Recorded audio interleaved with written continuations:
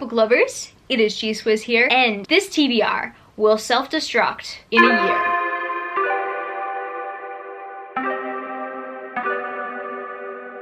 I've seen this video being done many times before, and you know, I've actually planned for this video a few times, and then I've just decided to actually unhaul the books that I planned to be on these TBR videos. With this range of books, I actually have been keeping for a very long time, but I actually really do need to challenge myself to read them. And if I don't get to them this year, then I might have to encourage myself to finally unhaul and be done with them, which is kind of devastating. But you know, my mom used to say something whenever we were decluttering things in my room when I was younger. She said, you need to be cruel to be kind to yourself. Sometimes that is the case. Like, I already have a stack of probably over 50 books at the far wall that I'm pointing to right now that I am planning to unhaul. But these books missed that unhaul. They're not going to be unhauled at the moment because there's a voice within me right now that's encouraging me to actually read them. So that's what I'm going to try to do. That's why I'm making this video. I've got to motivate myself to read them, or I've got to motivate myself to unhaul them. I'm going to get started with this video and I'm going to see how this goes. And I know some of you guys might feel threatened and be like, no, don't unhaul that book, but there's only so much I can do. I've kept these books on my shelf for a while, or they were given to me. So I guess without further ado, I'm going to share those with you. The first book I'm going to bring up is Ash Princess by Laura Sebastian. I was given this copy for free at a young adult book convention a few years ago, back when we could actually meet in person, and they were giving out free books. This was the one that I was given, and I heard great things about it at the time. And you know, I still hear good things about the series. No one's talking about it anymore. I hear Laura Sebastian's writing has just gotten better and better in the years, but Ash Princess was never necessarily a series that I was motivated to pick up to begin with. I might be missing out on something. I've never actually really been hyped to read this book. Maybe it's because the cover looks a lot like a book cover in the Red Queen saga. This to me literally looks like Glass Sword, but the crown on the Glass Sword cover just being like really burnt and including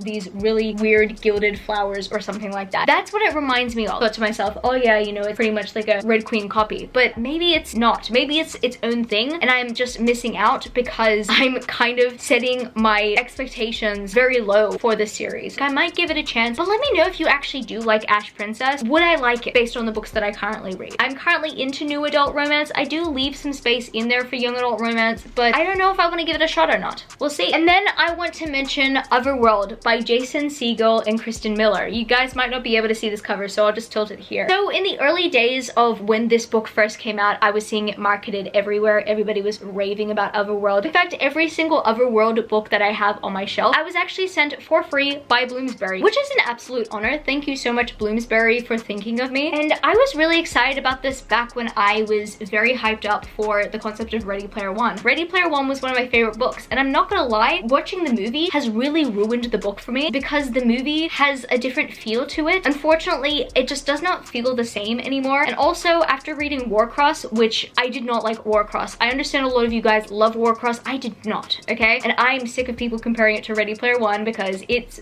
more emphasized on the strange romance between the two characters. Anyway, I know some of you guys like that series. I'm sorry, I just don't. Unfortunately, there has been like a few turnoffs when it comes to the idea of like a virtual reality game world, but I really wanted to read this when it first came out. I'm just hoping that I do end up investing my time and energy into it eventually. Also, Jason Segel, he's a really funny actor. I've always been very curious about the way that he would write. I'd want to see it in his Otherworld trilogy, and hopefully, just hopefully, I will get to it this year and let you know what I think of it. The next book I want to bring up on this list is a book that I've had on my TBR for just over 3 years now, and I really need to read it. I cover bought it and everything, but it just cannot only be taking up space on my shelf. I actually do need to read it because I'm probably gonna have to unhaul it if I don't do anything about it. And that, my friends, is Dreamology by Lucy Keating. This cover is absolutely gorgeous, and what actually inspired me to pick this book up is the fact that I would go to bookstores sometimes and I would just do this. You know, I have a photo of me doing that once, and I decided after a year of taking that photo, I took it in Dymocks Melbourne a few years ago. At that same Dymocks, I decided to purchase this exact book a year later, just for a memory. The problem is, I purchased a book and I've not read it, and I've kept it on my shelf. I've given it a space on my shelf, and you know, I have heaps of books on my TBR. I've got heaps heaps of books on my shelf. So I've actually just finally got to read all the books on my TBR, and if I'm not going to do it with this book, then I'll let it be a memory, but I'm probably going to have to unhaul it. And that is sad, but it's true. I honestly do need to read this book to justify keeping it on my shelf. I hear that it's a magical realism, and I don't tend to read standalones that often. I am keeping it for the magical realism aspects, so I'm giving myself a year to read it. I better do it. Another book that I cover purchased was A Girl Like That. This is a beautiful cover. Not even just the cover is beautiful, the spine is absolutely gorgeous. But like, I literally purchased it because it was a beautiful book. I heard one reviewer give it like massive rave reviews, but if I'm not gonna read it, then what is the point? I gotta figure it out. I got to read it eventually and take it off my TBR. And then I can decide whether I am going to keep it or not. But yeah, I've got to do that within a year because it will self-destruct after that. I don't want to lose it for aesthetic reason, but that's not a good enough reason. Some of these books are on here for aesthetic reasons. I guess that's what makes it a bit more devastating. But I just have to finally read them. The next book that will self-destruct in a year if I don't read it is The Animators. Look at how beautiful this cover is. It's gorgeous. I love it. And also underneath the dust jacket is static fuzz. Like, it's really cool. Like, this book is so aesthetically pleasing. But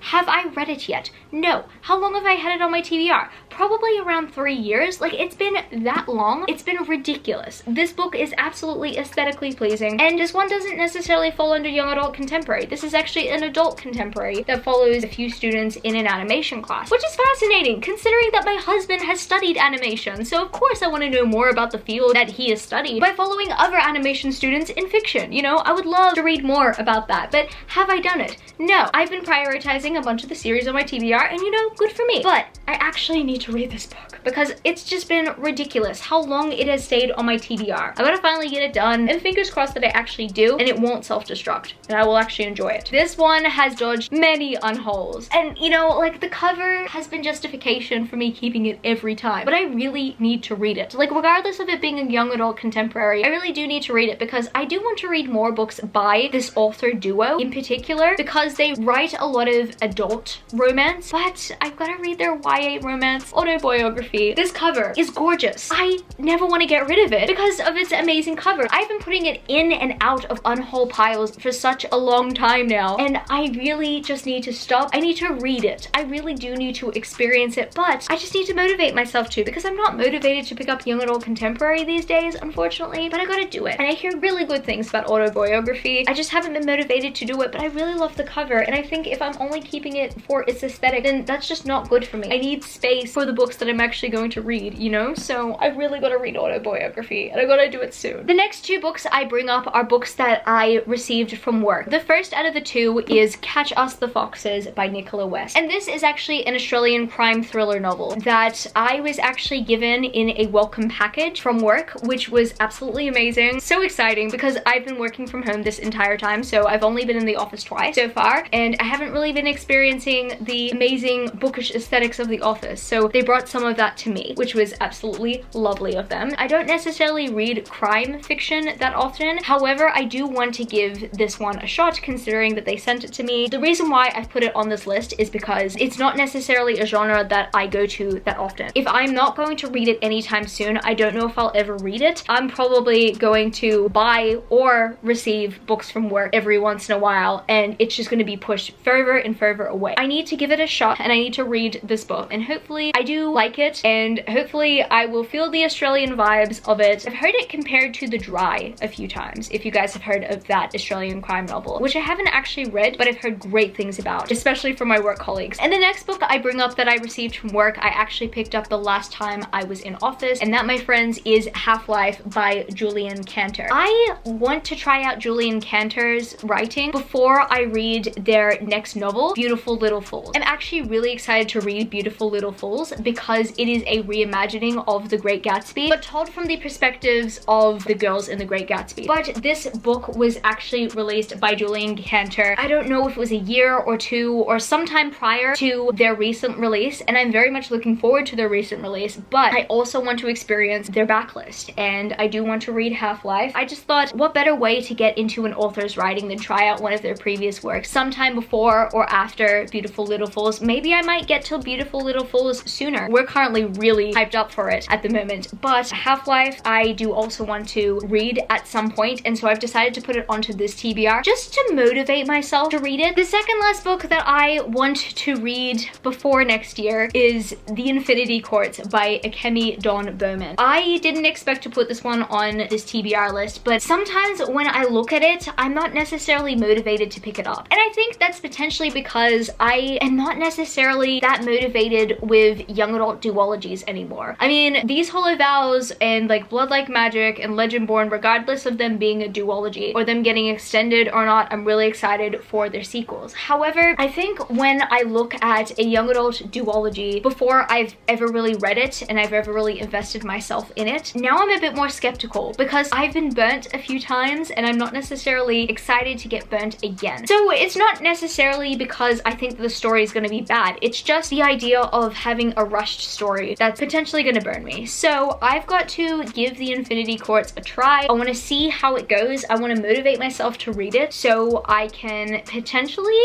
enjoy the Genesis Wars. And the final book that I bring up on this list is a little bit devastating because the book cover is absolutely stunning for the edition that I have, but also I've put it off for way too long. I cannot keep doing this to myself. I cannot keep buying aesthetically pleasing books only to just have them sit there and nothing be done with them. I've got to potentially say goodbye to Eleanor Oliphant is Completely Fine by Gail Honeyman if I don't read it. My edition was an exclusive edition that has sparkly stars on it, and it is so cute. Like, I don't necessarily like the cover on its own, but the sparkly stars made it worth it for me. So I purchased this book, and the end pages also have those same sparkly stars. It's just an absolutely beautifully aesthetically pleasing book that I have on my shelf, but I have not yet read it. I think that I might just be at the perfect stage of life where I can read it now. You know, I'm 26 now. I've already passed my quarter life crisis. Maybe I might just relate to it even more. I don't actually know what the story is about, but I'm pretty sure it has to do with mental health and potentially burnout, which I might resonate with now more than ever. And I did purchase this book like in my early 20s, so I feel like I might just relate to it more now. I've really got to motivate myself to read it. It's like literally in the corner of my room on the corner bookshelf. I just finally need to do it so I can let you guys know my thoughts and see if I resonate with it as much as many people do. But I guess that's gonna be it for this video today, book lovers. If you happen to stay up until this point of the video, leave me the fingers crossed emoji, because fingers crossed I will get to these books and they will not have to self-destruct. If you happen to enjoy this video, don't forget to give it a thumbs up and subscribe to my channel if you haven't yet already. Join the amazing community of book lovers, and also I have social medias. I'm at gswizzlebooks on Twitter and Instagram, and I'm also Goodreads. That's www.goodreads.com/gswizzle. And finally, I'm at TikTok. I'm at gswizzle on TikTok if you want to follow me there for some bookish content. I love you, book lovers, and I will see you later.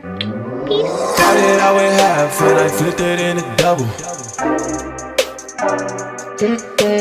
How did I weigh half when I flipped it in a double?